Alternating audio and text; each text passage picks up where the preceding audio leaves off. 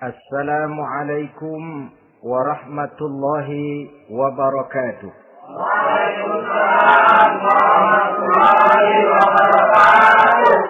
Alhamdulillah.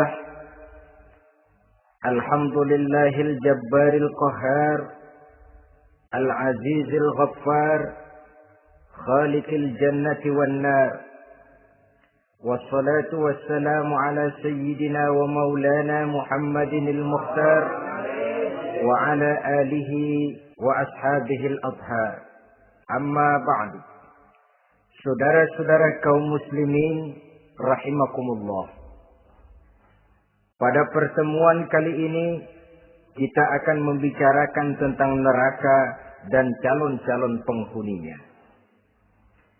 Sesungguhnya kalau kita bicara tentang neraka, artinya kita bicara tentang akhirat. Dan kalau kita bicara tentang akhirat, kita bicara tentang alam gaib yang merupakan salah satu dari rukun iman yang 6, percaya kepada alam gaib. Kalau sudah bicara alam gaib, maka ini di luar batas kemampuan nilai-nilai ilmiah dan di luar batas kemampuan renungan filsafat. Ilmu pengetahuan akan buntu kalau sudah membicarakan alam gaib. Artinya, kehidupan di akhirat itu tidak bisa diteliti secara ilmiah. Filsafat pun akan ngambang kalau sudah membicarakan kehidupan di alam gaib. Karena itu kalau kita kembali kepada logika, jika kita ingin mengerti tentang caranya membuat bangku, kita pergi ke tukang bangku dan bertanya kepadanya. Kita ingin mengerti cara membuat mobil, kita pergi ke tukang mobil, ke bengkel mobil dan bertanya kepada ahlinya. Pun dalam urusan alam gaib, sudah sewajarnya kita kembali kepada penjelasan dari Sang Pencipta alam gaib, yakni Allah Subhanahu wa ta'ala. Dan melalui kitabullah Al-Quranul Karim, Allah telah menjelaskan masalah-masalah gaib berupa kehidupan di surga dan neraka itu secara jelas dan pasti. Dengan kata lain, di dalam membicarakan tentang neraka ini, yang menjadi dasar daripada pemikiran kita adalah rasa iman kepada Allah Subhanahu wa ta'ala. Karena soal neraka tidak pernah bisa dibuktikan dengan ilmu pengetahuan. Tidak bisa diselidiki sebab orang yang sudah pulang ke sana pun tidak pernah kembali lagi kemari untuk kita tanya bagaimana hal ihwal keadaan di sana. Saudara-saudara kaum muslimin rahimakumullah. Neraka dalam istilah Quran selalu disebut dengan narun, yaitu suatu tempat di akhirat nanti yang wujudnya berupa api yang bergejolak, bernyala dengan teramat dahsyatnya, sehingga dapat mengelupaskan kepala setiap orang dan menjulang ke hati. Diriwayatkan oleh Imam Bukhari dan Muslim bahwa Rasulullah sallallahu alaihi wasallam pernah bersabda, "Narukum hadhihi allati tuqiduna juz'un min 70 jazaan min harri jahannam." Qalu, "Wallahi in kanat lakafiyatun ya Rasulullah." Qala, "Fa innaha fadlat bi 69 jazaa." Apimu yang kamu pakai di dunia ini, kata Nabi, untuk memasak, untuk menyalakan lampu, api yang kau pakai di dunia ini cuma satu bagian kecil dari 70 kali bagian panasnya neraka jahanam. Sahabat waktu itu terperanjat lalu berkata, "Wallah, in kanat lakafiyatun ya Rasulullah." Ya Rasul, api di dunia ini saja sudah cukup untuk menghanguskan kami, untuk menghanguskan apa yang ada. Bersabda Rasulullah sallallahu alaihi wasallam, maka sesungguhnya api neraka itu dilebihkan panasnya dengan 69 kali daripada panasnya api di dunia ini. Jadi sepanas-panasnya api yang pernah kita rasakan di dunia ini, maka api di neraka nanti 69 kali lebih panas dari api yang kita rasakan paling panas di dunia. Hadis yang senada dengan penjelasan ini di samping Jawahirul Bukhari, kita bisa menemukannya dalam Mukhtasar Tazkiratul Qurtubi dan Mukhtasar Ibnu Abi Jamrah misalnya. Saudara-saudara kaum muslimin rahimakumullah. Sehingga boleh jadi seringan-ringan azab penduduk neraka di akhirat nanti, kata Nabi, seorang yang di telapak kakinya diletakkan kerikil neraka yang sangat kecil, lalu mendidih otaknya. Itu seringan-ringannya. Di tapak kakinya diletakkan kerikil neraka yang oleh karena panasnya lalu mendidih otaknya. Itu yang paling ringan. Nggak apa-apa. Cuma segitu aja. Di telapak kakinya ditaruh kerikil, otaknya lalu jadi mendidih karena menahan panas. Pantas kalau satu hari Luqmanul Hakim pernah memberikan nasihat kepada anaknya. Kata beliau, anakku, kerjakanlah dosa seberapa kekuatanmu menanggung azab Allah. Dan laksanakan ibadah seberapa hajat dan keperluanmu kepada Allah. Berapa banyak hajatmu kepada Allah, begitulah kamu harus beribadah. Kalau kamu merasa tidak berhajat dan tidak perlu apa-apa kepada Allah, ya tidak usah ibadah. Logikanya kan begitu. Saudara-saudara, dalam hidup ini ada nggak yang nggak perlu kepada Allah? Ada nggak? Seluruh kita memerlukan Allah. Karena itu Luqman betul dengan bahasa diplomatis. Anakku, kerjakan ibadah seberapa hajatmu kepada Allah. Makin banyak hajatmu kepada Allah, makin banyak hendaknya kamu melaksanakan ibadah. Tapi kalau kamu sudah bisa merasa bisa hidup tanpa Allah, persilahkan kamu tidak usah ibadah. Sebaliknya, kerjakan dosa seberapa kekuatanmu menanggung azab siksaan Allah. Kalau merasa sudah belajar ilmu kebal, kira-kira di neraka nanti enggak apa-apa, persilahkan kerjakan dosa sebanyak-banyaknya. Tapi kalau masih berpikir, gua mah jangan dibakar di neraka, nginjek puntung rokok, gua lompat. Kalau masih berpikir ke situ, ya hati-hati, saudara-saudara. Nah, sebagaimana surga, neraka pun ada pintu-pintunya. Dan yang melalui pintu-pintu itu sesuai dengan dosa yang dia kerjakan pada waktu kehidupannya di dunia ini. Jadi setelah manusia diadili, mereka kumpul di padang mahsyar beramai-ramai.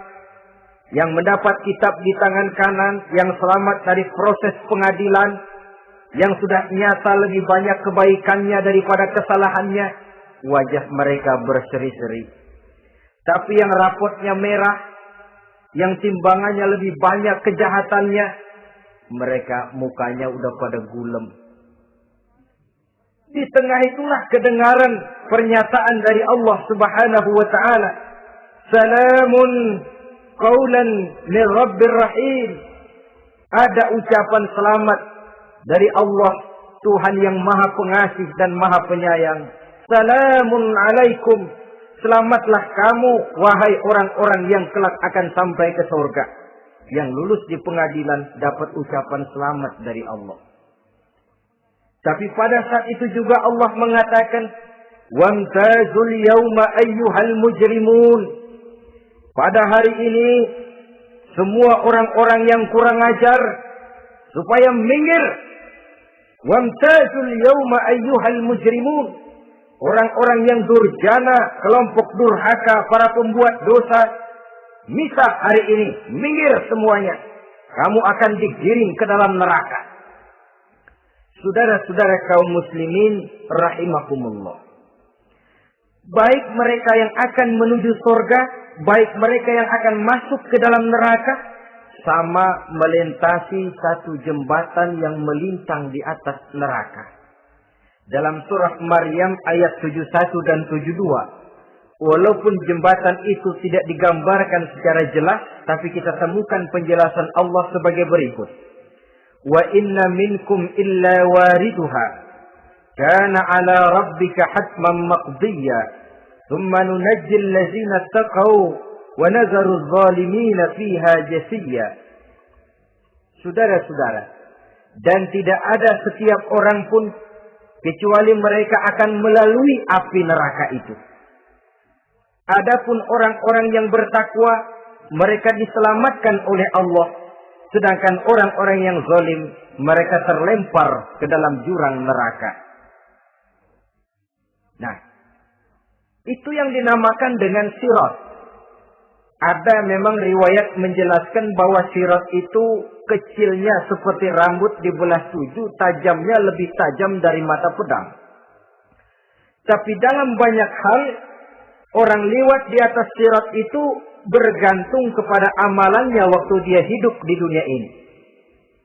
Maka jangan heran ada orang yang lewat di atas sirat itu seperti kilat. Lep, sudah sampai di surga. Ada yang lewat di atas sirat itu seperti orang terbang. Ada yang lewat di atas sirat itu seperti orang lari. Ada yang seperti jalannya unta. Ada yang merangkak. Ada yang gelantungan. Ada yang sudah hampir sampai ke tepian sana untuk masuk ke dalam surga. Terpeleset nyemplung juga ke dalam neraka. Sesuai dengan amalan pada waktu mereka hidup di kehidupan dunia yang sekarang ini. Saudara-saudara kaum muslimin rahimakumullah. Apabila orang terperosok lalu masuk ke dalam neraka, bagaimanakah ihwal keadaan di neraka? Panasnya sudah kita jelaskan tadi. 70 kali lipat dari sepanas-panasnya api di dunia ini. Lalu orang-orang yang masuk ke dalam neraka, mereka juga mendapat pakaian, makanan, minuman, perhiasan. Tapi makanannya, minumannya, perhiasannya lain dengan orang-orang yang sampai di surga. Mereka juga diberikan buah-buahan, sebab di neraka juga ada pohon. Namanya pohon zakum. Buahnya duri dari api. Dan itu yang akan jadi lalap makanannya orang-orang neraka.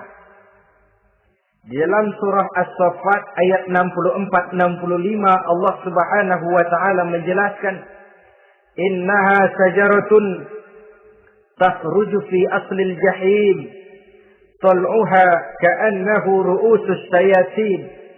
Sesungguhnya pohon zakum itu adalah satu pohon yang akarnya keluar dari dasar neraka, yang buahnya seperti kepala setan. Ini sudah untuk bahasa yang sangat menyeramkan ini. Pohon itu tumbuh dari dasar neraka, buahnya mirip kepala setan. Itu akan dijadikan makanannya orang-orang yang ada di dalam neraka. Perhiasannya apa? Surah Al-Insan ayat 4. Inna a'tadna lil kafirina salasilan wa aghlalan wa sa'ira. Sesungguhnya kami sediakan bagi orang-orang kafir itu di dalam neraka segala macam rantai, cambuk-cambuk dan belenggu-belenggu neraka terbuat dari api neraka, siap untuk merantai, membelenggu dan mencambuk mereka. Jadi dikasih perhiasan, lehernya dikalungin rantai, tangannya dipakein belenggu, ada cambuk-cambuk yang seluruhnya terbuat dari api neraka. Begitu mereka sampai ke pintu neraka yang namanya malaikat Zabaniyah, penjaga neraka, udah bukan main gemesnya dah. Ya, nyambutnya nggak ada ramahnya, lain sama malaikat Ridwan, penjaga surga. ramah, murah senyum. Begitu orang mau masuk surga, salamun alaikum tibtum fadkhuluha khalidin. Keselamatan atas kamu, sungguh kamu telah beruntung. Sekaranglah masuk kamu ke dalam surga dan kekalah tinggal selama-lamanya di sana. Ramah, murah senyum, selamat datang, selamat tiba di tempat yang penuh kenikmatan. Mari persilahkan. Ini malaikat Ridwan. Malaikat Malik, malaikat Zabaniyah lain lagi. Dia nungguin pabrik. Sadis menerima. Matanya melotot. Ini dia. Manusia-manusia kurang ajar. Yang waktu di dunia sudah datang para rasul. Sudah turun agama. Sudah datang Al-Quran. Tapi belagak pilon. Ini loh. Nih rantai. Belenggu. Lalu dirangkeng. Dimasukkan ke dalam neraka. Na'udzubillah. Summa na'udzubillah. Saudara-saudara. Lalu terpikir oleh kita. Kalau begitu panasnya api neraka. Sekali lempar orang terus mati dong. Ya enak kalau boleh begitu sih. Begitu dilempar ke neraka terus mati. Enak. Ternyata tidak. Kepedihan neraka adalah kepedihan yang kekal dan terus menerus. Tidak satu saat pun orang-orang di dalam neraka pernah merasakan kesenangan. Tidak sesaat pun. Kali semenit kayak ngaso. Enggak, terus menerus berada dalam kepedihan yang tiada tara. Al-Quran menjelaskan kullama nadijat juluduhum baddalnahum juludan ghairaha. Apabila hancur kulitnya, kami ganti dengan kulit yang baru. Supaya apa? Liyazukul azab. Biar dia rasain azab. Tuh, rasain dulu. Hancur kepalanya, buletin lagi. Hancur kulitnya, bikin lagi. Berantakan isi perutnya, disempurnakan lagi, digiling lagi. Terus menerus begitu. Tidak sedetik pun penduduk neraka itu pernah mengalami istirahat. Barangkali pakai jam istirahat lumayan. Ini enggak ada. Ada bel, keneng, istirahat, azab dicabut. Tidak. Terus menerus dan selalu begitu. Satu detik saja pun mereka tidak pernah istirahat dari siksaan dan azab yang mereka terima. Saudara-saudara kaum muslimin rahimakumullah. Lalu bagaimana keadaan mereka? Ada orang-orang di dalam neraka itu yang dikenakan pakaian dari api neraka. Luar biasa. Dikasih pakaian dinas dari api. Kemudian kepalanya dituangi air yang sedang mendidih. Yang dengan tuangan air itu dihancur luluhkan segala isi perutnya dan kulit-kulitnya. Setelah itu mereka dicambuk dengan cambuk-cambuk dari besi. Apabila mereka hendak keluar dari neraka, mereka dicampakkan kembali ke dalamnya. Dan dikatakan kepada mereka, rasakan siksaan yang membakar ini. Dalam surah Al-Hajj ayat 19 sampai 22, kita bisa simak firman Allah Subhanahu wa taala. Fallazina kafaru qutti'at lahum thiyabun min nar yusabbu min fawqi ru'usihimul jahim yusharu bihi ma fi butunihim wal julud wa lahum maqami'u min hadid kullama aradu an yakhruju minha min ghammin u'idu fiha wa zuqu 'azabal hariq na'udzubillah summa na'udzubillah. Diberikan pakaian dari api, melolong, menyayat, dia memilukan, merintih dan meraung-raung. Lalu kepalanya diguyuri dengan air yang sangat mendidih. Hancur luluh isi perutnya, masih dicambuk lagi dengan cambuk-cambuk dari besi. Mereka merambat, mereka meraung, mereka hendak lari, mereka ingin keluar dari neraka. Tapi tiap kali mereka merambat ingin keluar, ditarik lagi. Kalau cari kita, ayo, mau kemana lo? Apa kata malaikat penjaga neraka? Zuku azabal hariq, rasa ini makan pencarian lo waktu di dunia. Saudara-saudara, lalu ada pula siksaan penduduk neraka itu, di mana dahi, lambung, dan punggung mereka dipanggang dengan api neraka. Allah karim. Kita di dunia ini tertusuk paku saja waktu berjalan, sudah bukan main pedihnya. Tertusuk duri saja, sudah bukan main pedihnya. Ini punggungnya, lambungnya, macam disate, dipanggang dari api neraka.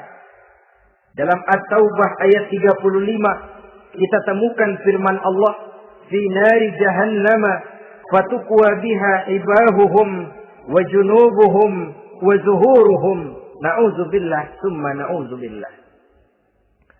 Kemudian ada pula penduduk neraka itu yang disiksa, lehernya diikat dengan rantai. Mereka spontan diseret-seret dengan sekeras-kerasnya dan dilemparkan ke dalam lautan air yang sedang mendidih. Kemudian mereka dibakar dalam api yang bergejolak dan menyala-nyala. Pada surah Al-Mu'min ayat 71 dan 72, Allah Subhanahu wa taala menjelaskan, "Izil aghlalu fi a'nakihim was-salasil yushabuna fil hamim thumma fin nari yusjarun." Ketika belenggu dan rantai dipasang di leher mereka supaya mereka diseret ke dalam air yang sangat panas, kemudian mereka dibakar dalam api. Ada lagi penduduk neraka yang dipegang jambulnya lalu diseret ke tengah-tengah neraka, kemudian kepalanya digerujugi dengan air yang mendidih seperti yang dijelaskan dalam surah Ad-Dukhan ayat 47 dan 49. Pendeknya, azab dan siksaan neraka itu sesuailah dengan amalan dosa yang dikerjakan manusia pada waktu kehidupan di dunia ini. Maka dalam puncak perjalanan Mi'raj misalnya, kepada Rasulullah sallallahu alaihi wasallam diberikan berbagai macam penglihatan sebagai contoh dan tamsil dari kehidupan di dunia ini. Sejak dari penglihatan di jalan sampai kepada penglihatan surga dengan segala kenikmatannya dan neraka dengan seluruh azabnya, seluruhnya merupakan contoh teladan. Misalnya dalam perjalanan ketika hendak Mi'raj itu, sebelum berangkat Rasul disodorkan 2 minuman. Segelas berisi arak, segelas lagi berisi susu. Kata malaikat Jibril, "Ambillah salah satu minuman itu ya Muhammad." Lalu Rasul dengan tidak ragu-ragu, mantap betul beliau mengambil gelas yang berisi susu, lalu beliau minum. Setelah beliau minum itu, malaikat Jibril berkata, "Shaddaqta ya Muhammad." Engkau telah benar Muhammad. Laqad asabtal haqq, pilihanmu tepat. Kenapa ya Jibril? Untung susu yang kamu minum Muhammad. Kalau arak yang kamu ambil, pasti umatmu bakal jadi umat yang teler semua. Ini pun satu contoh buat kita semua, bahwa dalam kehidupan kita selalu berhadapan dengan susu dan arak, berhadapan dengan hak dan batil, berhadapan dengan benar dan salah. Maka hati-hati kita jangan sampai salah pilih karenanya. Lalu yang ada kaitannya dengan persoalan kita, penglihatan yang diberikan Allah kepada beliau di neraka. Beliau melihat sekelompok orang dilontari kepalanya dengan batu dari api neraka. Tiap kali dilontari kepala itu hancur berkeping-keping, berantakan otaknya. Lalu dibulatkan kembali.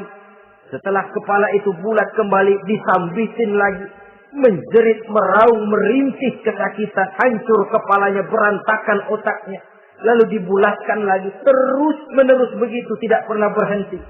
Sampai Rasul bertanya, "Ya Jibril, ini orang kenapa kepalanya dilontari dengan api neraka sampai hancur lalu dibulatkan kembali?" Kata malaikat Jibril, "Ya Muhammad, itulah contoh daripada umatmu yang berat untuk sujud kepada Allah Tuhannya.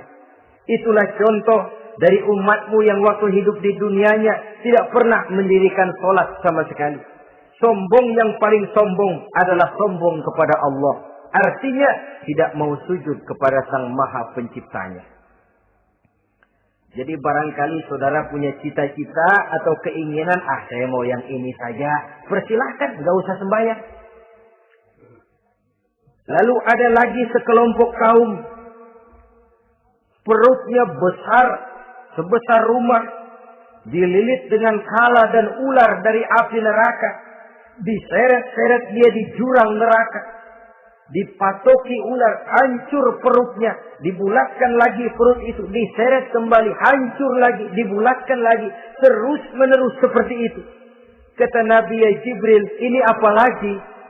Kata malaikat Jibril, wahai Muhammad, inilah contoh daripada umatmu yang waktu di dunia suka makan riba alias renten dan suka makan harta anak yatim.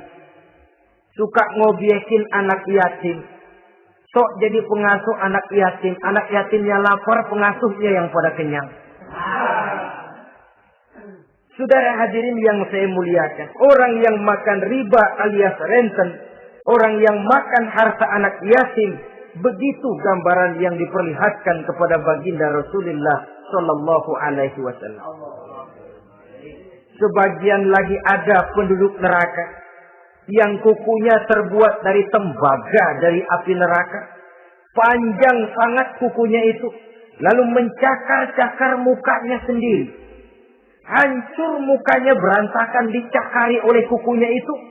Lalu dibulatkan lagi. Dicakar lagi. Hancur lagi. Dibulatkan lagi. Pengangguran benar ya orang. Muka sendiri, dicakarin sendiri. Ya Jibril, ini tamsil apa Jibril?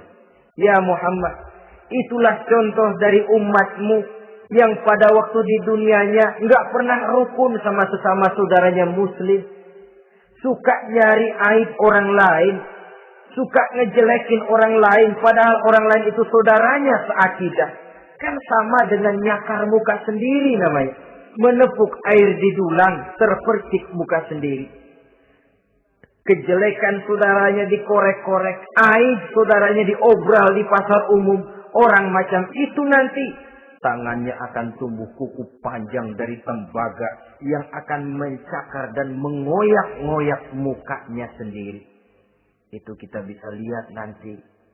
Oh, ini yang waktu di dunia suka ngorek-ngorek kesalahan orang tuh lagi pada nyakarin mukanya. Oh, begitu. Saudara-saudara kaum muslimin rahimakumullah. Oleh karena itu Nabi ajarkan kita, tuba liman saghalahu aibuhu an uyubin nas. Beruntung orang yang aib dan kekurangan pada dirinya menyebabkan dia sibuk sampai enggak sempat ngorek-ngorek aib dan kekurangan orang lain. Introspeksi. Beruntung orang yang celak dirinya menyebabkan dia sibuk dan tidak sempat ngorek-ngorek aib pada diri orang lain. Ada pula di antaranya dilihat oleh Rasul. Di antara penduduk neraka itu orang yang lidahnya terjulur memanjang.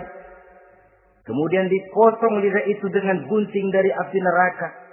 Menjerit dan memekik ia menahan sakit yang tiada tara. Sampai Rasul bertanya kepada malaikat Jibril, kalau ini tamsil apa lagi ya Jibril? Kata malaikat Jibril, wahai Muhammad, inilah contoh dari umatmu, orang-orang yang waktu di dunia tidak pandai menjaga lidahnya, suka menggunjing orang, suka memfitnah orang, suka ghibah dan namimah, suka ngomongin orang di belakang yang bersangkutan. Maka hari ini lidahnya menjulur menjadi panjang dan dipotong dengan gunting dari api neraka. Lalu Rasul juga melihat sekelompok orang perempuan tergantung rambutnya dari gantungan api neraka. Kemudian dipanggang dari duburnya sampai ke atas kepalanya dengan tombak dari api neraka, meraung dan merintih serta mengeluarkan nanah dari kemaluannya. Rasul bertanya, ini apa lagi ya Jibril? Kata malaikat Jibril, inilah perempuan yang waktu di dunia tidak pandai menjaga kehormatan dirinya. Ahli zina dan tukang umbar, saudara-saudara kaum muslimin rahimakumullah, banyak lagi tamsil-tamsil yang dicontohkan dalam puncak perjalanan Mi'raj yang seluruhnya merupakan peringatan bagi kita umat Rasulullah sallallahu alaihi wasallam. Nah, kemudian sekarang marilah kita bicarakan neraka itu satu demi satu. Yang pertama, dan ini yang paling dikenal orang, neraka Jahannam atau naru Jahannam. Siapa yang dijelaskan Allah akan menjadi penghuni neraka Jahannam ini? Pertama dalam surah Al-Ankabut ayat 68. Wa man azlamu mimman iftara 'ala Allahi kadziban aw kazzaba bil haqqi lamma ja'ahu alaysa fi jahannam maswal lil kafirin. Adapun orang-orang yang zalim kepada Allah, mendustakan ayat-ayat Allah dan mendustakan kebenaran setelah datang kebenaran itu, bukankah neraka Jahannam merupakan tempat kembali bagi orang-orang kafir? Jadi dalam Al-Ankabut ayat 68 ini dijelaskan, penduduk neraka Jahannam itu pertama adalah orang-orang kafir. Siapa orang kafir? Menurut keyakinan akidah kita, setiap orang di luar Islam adalah kafir. Kemudian yang kedua dalam surah Al-Hijr ayat 42 dan 43, penduduk neraka Jahannam itu, inna ibadi laisa laka alaihim sultanun illa man ittaba'aka minal ghawin wa inna jahannama la maw'iduhum ajma'in. Sesungguhnya hamba-hambaku tidak akan bisa kamu kuasai, hai iblis, kecuali mereka yang mengikuti tipu dayamu. Sesungguhnya neraka Jahannamlah tempat mereka seluruhnya. Kalau kita perhatikan ayat ini, maka penghuni neraka Jahannam yang kedua adalah para pengikut setan. Para pengikut setan dengan seluruh ajaran-ajaran yang dilancarkan oleh setan. Padahal pada saat hendak masuk neraka, setan jelas cuci tangan. Tugasnya cuma bagaimana mencari pengikut sebanyak-banyaknya yang akan nemenin dia di neraka nanti. Tapi pada saat orang digiring ke dalam neraka, setan cuci tangan. Mungkin orang menuntut, setan, gue ngikutin lu, sekarang kenapa jadi kemari? Nah, gue bilang juga apa? Kata setan, gue bilang juga apa, lu kenapa ngikutin? Dan setan ini menebar ranjau dalam segala bentuknya, dengan segala macam caranya. Para pengikut setan yang menjauhi tuntunan agama, memperturutkan hawa nafsunya. Setan membisiki manusia lewat minuman keras. Setan masuk manusia lewat judi, lewat zina, lewat kenikmatan yang melalaikan orang dari kehidupan akhirat dan selanjutnya. Dengan segala macam jalan. Kadang-kadang dalam ibadah setan juga masuk. Kalau tidak ditimbulkannya takabur, ditimbulkannya sikap ujub dalam diri kita. Timbul rasa diri lebih benar dari orang lain. Dan ini jelek. Timbul rasa nganggap enteng orang lain. Itu kan ujub. Nggak dikelihatannya orang, cuma hatinya aja ngomong sendirian. Kalau gue lihat di kampung ini nggak ada yang kayak gue. Bayangnya kayak ibadahnya kayak udah aing pang paling nak ya di dia. Itu juga bisikan iblis. Dan dia tidak segan-segan mengaku jadi Tuhan iblis itu. Dan ini diceritakan dalam kehidupan Sayyidus Syekh Abdul Qadir Jailani. Ketika beliau sedang ibadah di mihrab dalam masjid, datang seberkas sinar. Sinar itu ngomong, ya Abdul Qadir, ana rabbuk. Hai Abdul Qadir, aku Tuhanmu, kata cahaya tadi. Sudah cukup kamu ibadah Abdul Qadir. Sembayangmu udah banyak, puasamu udah banyak, jihadmu cukup. Maka mulai sekarang berhenti dah ibadah. Aku bolehkan kepada kamu segala yang dilarang. Cuma yang didatangi Syekh Abdul Qadir. Sehingga mendengar cahaya tadi ngomong begitu, beliau ambil kasut sendal, disambitnya cahaya tadi, izhab ya la'in. Pergi, laknat terkutuk, iblis kamu. Masa saya disuruh berhenti sembahyang karena hati saya sudah baik? Kalau hati sudah baik lalu boleh berhenti sembahyang, mestinya yang paling dulu berhenti sembahyang Nabi Muhammad, sebab beliau orangnya paling baik.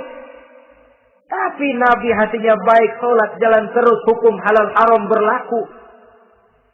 Ini kadang-kadang orang sekarang baru ibadah dikit banget merasa dapat bisikan katanya, wangsit. Dia berhenti sembahyang madhab mulu, madhab mudik sembahyang. Bikin ajaran yang aneh-aneh. Nah kalau satu orang boleh dapat wangsit, saya juga boleh dong ngomong dapat wangsit. Saya juga boleh dong mendirikan aliran kepercayaan. Saya ngilang dulu dari kampung saya kira-kira 3 tahun. Saya nyepi di kaki Gunung Salak, pulang piara jenggot, pakai belangkon. Di depan nama saya pakai embel-embel mbah. Saya ngaku dapat wangsit di Gunung Ano, mewahyukan kepada saya ano. Saya cari murid yang fanatik. Saudara-saudara kaum muslimin rahimakumullah. Setan membisiki manusia hatta kita sedang ibadah sekalipun dibisikin. Caranya, mula-mula dia bisikin, lu sembahyang buru-buru dah. Buru-buru udah. Akhirnya apa? Rukuk kita nggak sempurna, sujud kita nggak lengkap, tumakninah kita kurang, bacaan kita tajwidnya nggak kena. Kalau itu bisa kita atasi, kita sembahyang sebagaimana yang seharusnya, dia bisikin lewat jalan lain lagi. Surahnya yang pendek-pendek aja dah. Atau habis sembahyang udah sigrah, udah jangan pakai wirid, jangan pakai zikir. Dengan segala macam jalan. Dibisikinya was-was ke dalam diri kita. Hingga ada satu riwayat walaupun dhaif, tapi ini baik untuk dijadikan pelajaran. Konon iblis itu kalau subuh keliling dia. Bawa kulit kambing, jarum, sama tepung. Ditanya orang, iblis ini buat apa? Oh, kulit kambing. Gunanya tahu nggak? Kalau begitu subuh, udah muazin bilang, as-salatu khairum minan naum. Salat lebih baik daripada tidur. Maka ini kulit kambing mulai aku hamparkan buat hamba-hamba Muhammad. Jadi begitu dengar azan, cuma udah bikin anget udah tidur. Kenapa? Kulit kambing belis masuk. Saudara-saudara, lalu kata orang tadi lagi, nah kalau tepung buat apa itu? Oh, tepung. Itu kalau umat Muhammad mau baca Quran, baca kitab, mutolaah, gua aurin tepung matanya. Biar dia sepet. Makanya kalau sudah ngaji, baca Quran, bawaannya udah ngantuk aja ngantuk. Oh begitu, iya. Nah kalau duri paku itu buat apa? Nah ini duri paku. Kalau umat Muhammad mau hadir di majelis taklim, mau pergi ngaji, mau duduk i'tikaf di masjid, gua pasangin paku di pantatnya. Jadi kalau sudah duduk di masjid, keleset. Hadir di majelis taklim, keleset. Bawaannya mau udahan melulu. Itu duri-duri dan paku-paku yang memang ditebarkan oleh iblis.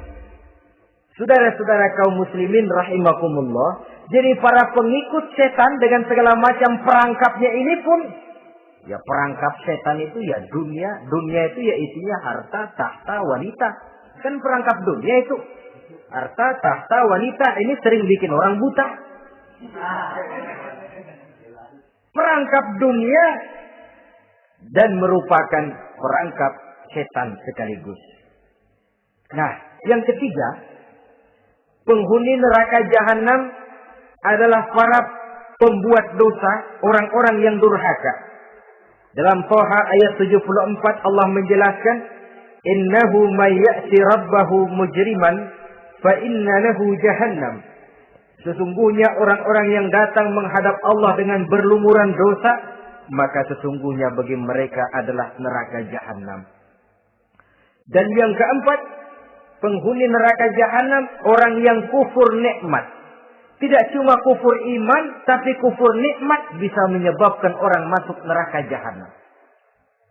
belum pernah merasakan dalam hidupnya bahwa Allah memberikan nikmat kepadanya, bagaimanapun besar karunia dan nikmat itu. Dalam surah Ibrahim ayat 28-29 Allah menjelaskan, alam tara ilal ladzina baddalu ni'matallahi kufran wa ahallu qaumahum darul bawar jahannama yaslaunaha wa bi'sal qarar. Tidaklah engkau perhatikan, tidaklah kau lihat orang-orang yang mengganti, menukar nikmat Tuhannya dengan kekufuran. Diberikan nikmat berupa Islam, digantinya dengan kekufuran. Dia tidak tahan kesengsaraan dunia lalu memilih kesengsaraan akhirat. Padahal kesengsaraan akhirat lebih abadi dari kesengsaraan dunia. Ada orang yang gak tahan miskin dunia, lalu menjatuhkan pilihan lebih memilih miskin akhirat. Ya Allah, keliru besar. Karena nggak tahan hidup miskin di dunia, ada yang nawarin ngasih supermi 3 bungkus, iman helap.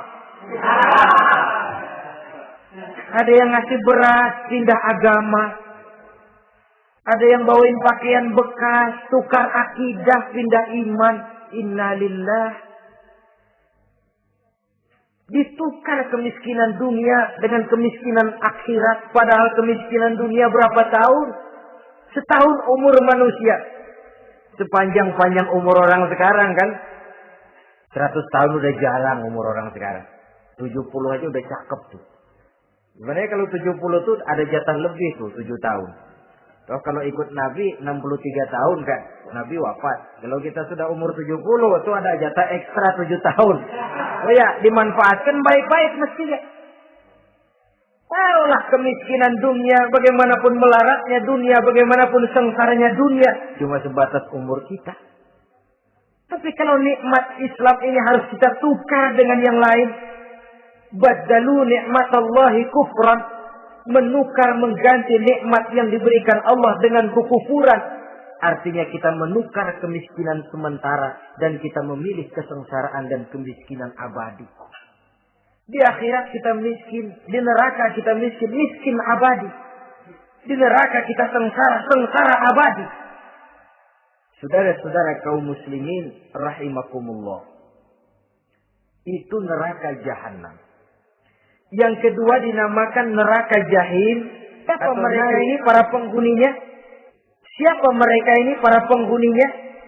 Pertama dalam surah At-Takatsur, yaitu orang-orang yang bermegah-megah dengan dunia, menumpuk-numpuk harta, lalu lupa dengan kesibukan harta itu, lupa kepada kehidupan yang akhirat nanti.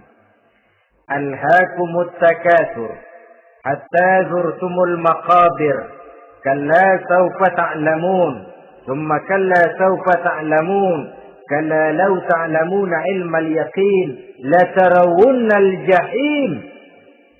Kamu telah lalai akibat apa? At-takatsur. Ini penyakit pertama yang menyebabkan orang sampai ke neraka jahil. Penyakit takatsur. Dan itu penyakit zaman sekarang. Berlomba-lomba dengan kemegahan materi. Berlomba-lomba dengan kemegahan dunia. Padahal kalau urusan itu kita berlomba, tidak akan pernah sampai finish. Percayalah itu. Tidak akan pernah finish. Sebab kemegahan dunia siklus, lingkaran setan. Kita anggap kalau punya duit 1 juta tenang. Punya 1 juta berubah pikiran. Lain lagi. Kita anggap kalau punya mobil enak. Sudah punya mobil, lain lagi problemnya. Kita anggap kalau rumah sudah gedung, enak hidup. Punya rumah gedung, lain lagi problemnya. Makanya pesan Nabi kalau ingin hidup tenang, urusan dunia lihat ke bawah, urusan akhirat lihat ke atas. Sering dicontohkan kalau punya mobil, bilang alhamdulillah kita punya mobil, tangga kita cuma punya motor.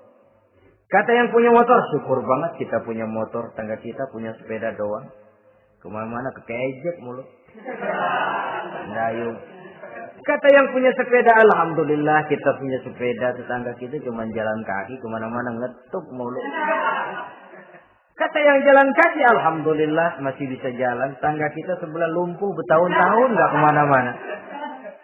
Kata yang lumpuh, alhamdulillah masih hidup. Tangga kita kemarin mati gak balik lagi. Itu dalam urusan dunia. Sehingga sifat takasur ini hilang. Tapi urusan akhirat, lihat ke atas. Kalau dia begitu sibuknya bisa jaga sholat, kenapa saya tidak? Kalau dia hidupnya sederhana, rajin sedekah, kenapa saya yang lebih kok enggak sanggup? Kalau dia bisa baca Quran, kenapa saya enggak? Lalu timbul gairah ingin mencontoh. Mencontoh orang dalam urusan ibadah menimbulkan ketenangan jiwa. Dan itu ada garis finisnya.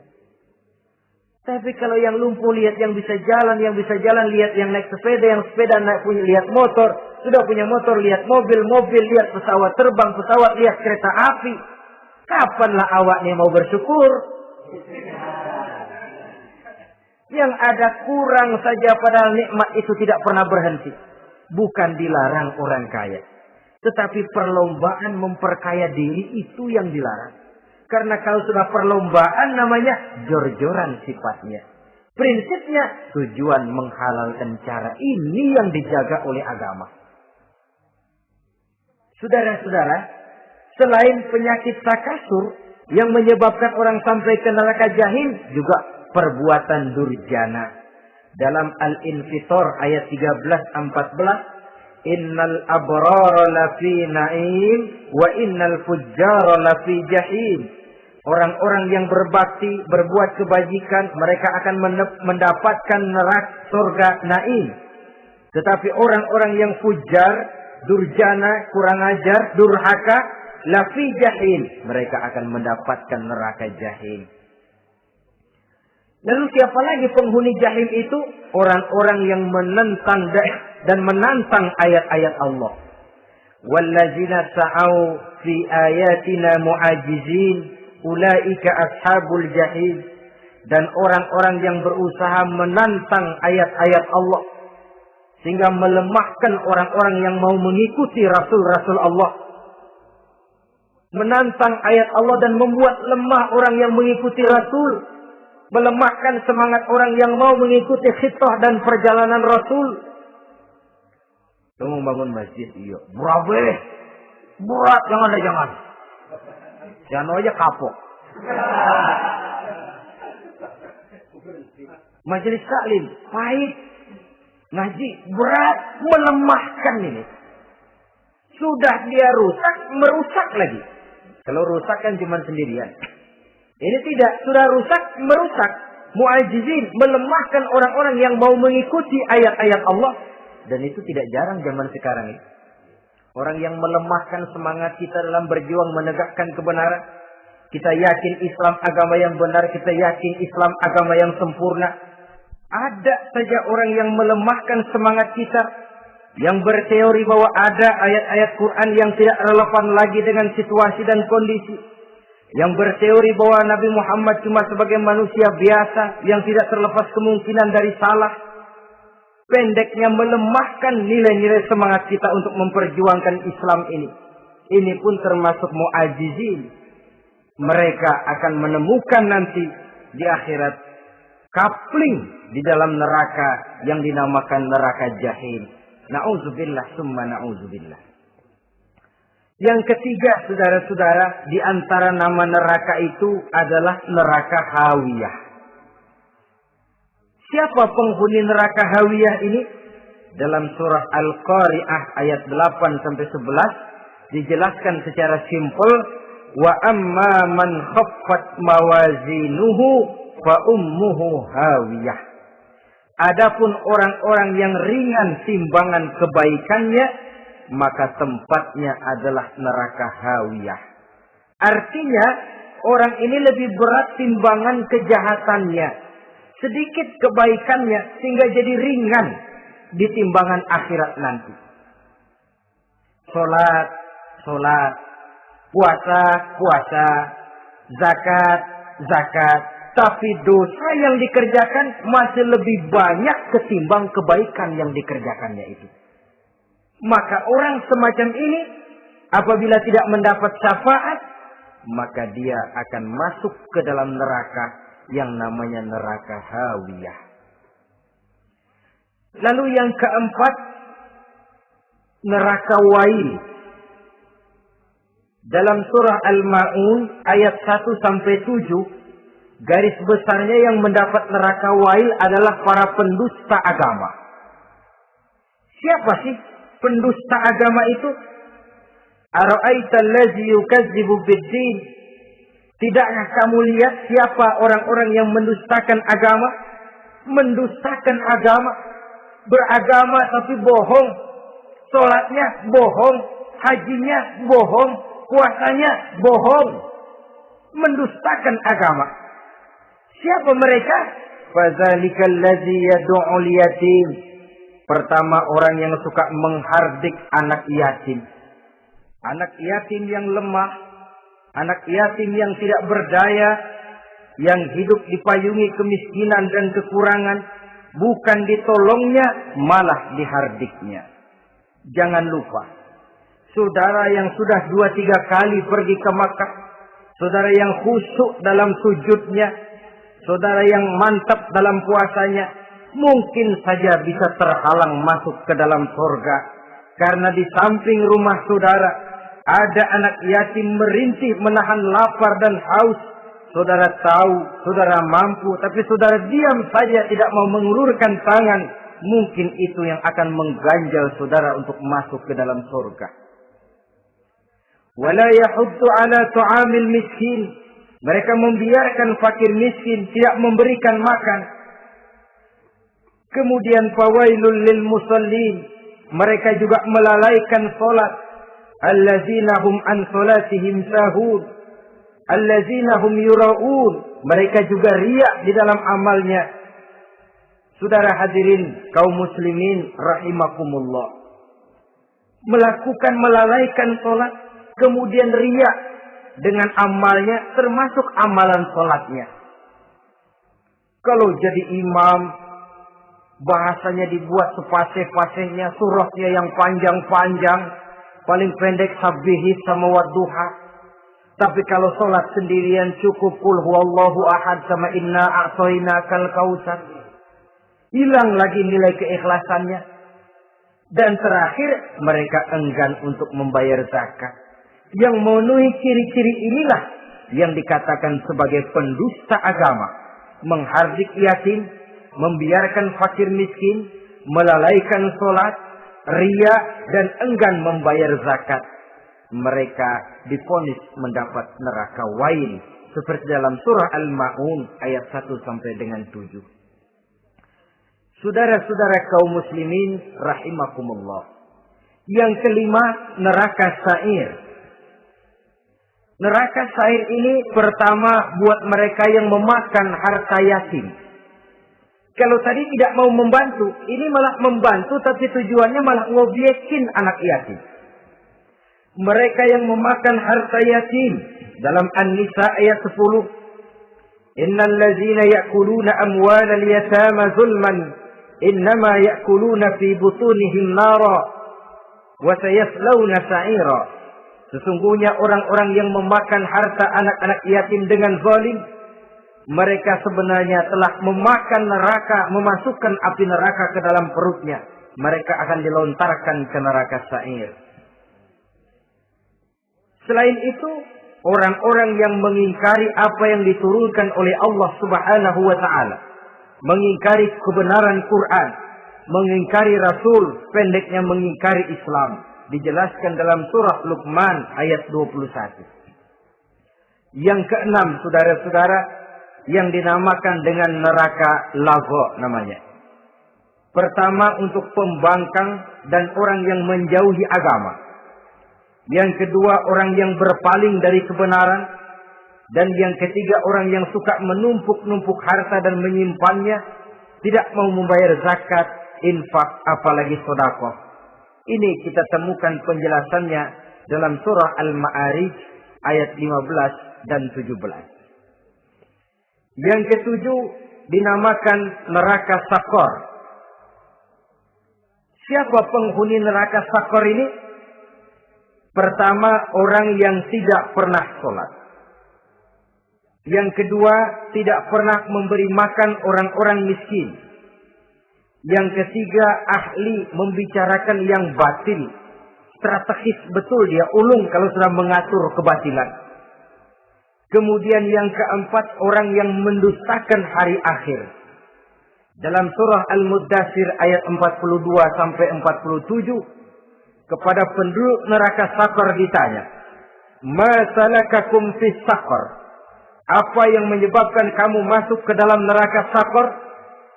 Qalu lam nakum minal musallin wa la nakun nut'imal masakin wa kunna naqudu ma'al khaidin wa kunna nukazzibu yaumaddin. Mereka menjawab, kami di dunia tidak pernah sholat, tidak pernah memberi makan fakir dan miskin. Kami selalu berkumpul dengan orang-orang yang batil dan membicarakan kebatilan, dan kami mendustakan adanya hari akhir. Yang kedelapan, yang terakhir adalah neraka Hutamah. Ini diperuntukkan bagi para pengumpat, pencela, para penghina orang lain, mencari aib saudaranya, kemudian juga mereka menumpuk, menghitung-hitung harta, lalu kikir dan bakhil dengan hartanya itu. Dalam surah Al-Hujurat ayat 11-12, kemudian surah Al-Humazah ayat 1 sampai dengan 7, kita temukan penjelasan itu. Pada akhirnya, saudara-saudara, kalau penduduk surga mereka kekal di dalamnya, maka penduduk neraka ini ada dua macam. Ada penduduk musiman, ada penduduk permanen. Kalau yang namanya penduduk permanen itu sudah punya paspor KTP. Memang penduduk permanen itu mereka yang kekal selama-lamanya di dalam neraka. Mereka lah orang-orang musyrik dan orang-orang kafir, termasuk orang-orang munafik. Bahkan lebih dahsyat lagi yang namanya munafik. Kata Allah, innal munafiqin fid darkil asfal minan nar. Orang munafik itu berada di dasar jurang neraka yang paling bawah, keraknya neraka. Saudara-saudara, adapun penduduk yang semi permanen, ia masuk neraka buat sementara saja, sekedar dengan dosa-dosa yang dikerjakannya. Mereka adalah orang-orang mukmin yang asli, orang-orang Islam yang waktu di dunianya berbuat dosa. Mereka masuk ke dalam neraka, menerima azab sesuai dengan dosa yang dikerjakannya. Setelah itu mereka akan diangkat dari surga untuk ditempatkan di dalam. Mereka akan diangkat dari neraka untuk ditempatkan di dalam surganya Allah Subhanahu wa ta'ala. Seperti banyak dijelaskan dalam hadis-hadis sahih yang diriwayatkan oleh Imam Bukhari dan Muslim. Nah, inilah sekelumit tentang neraka dan calon-calon penghuninya. Mudah-mudahan Allah jauhkan kita. Allah jauhkan anak cucu kita. Allah jauhkan seluruh keluarga kita dari neraka dan dari azab neraka. Terima kasih dan mohon maaf. Wassalamualaikum warahmatullahi wabarakatuh. Waalaikumsalam warahmatullahi wabarakatuh.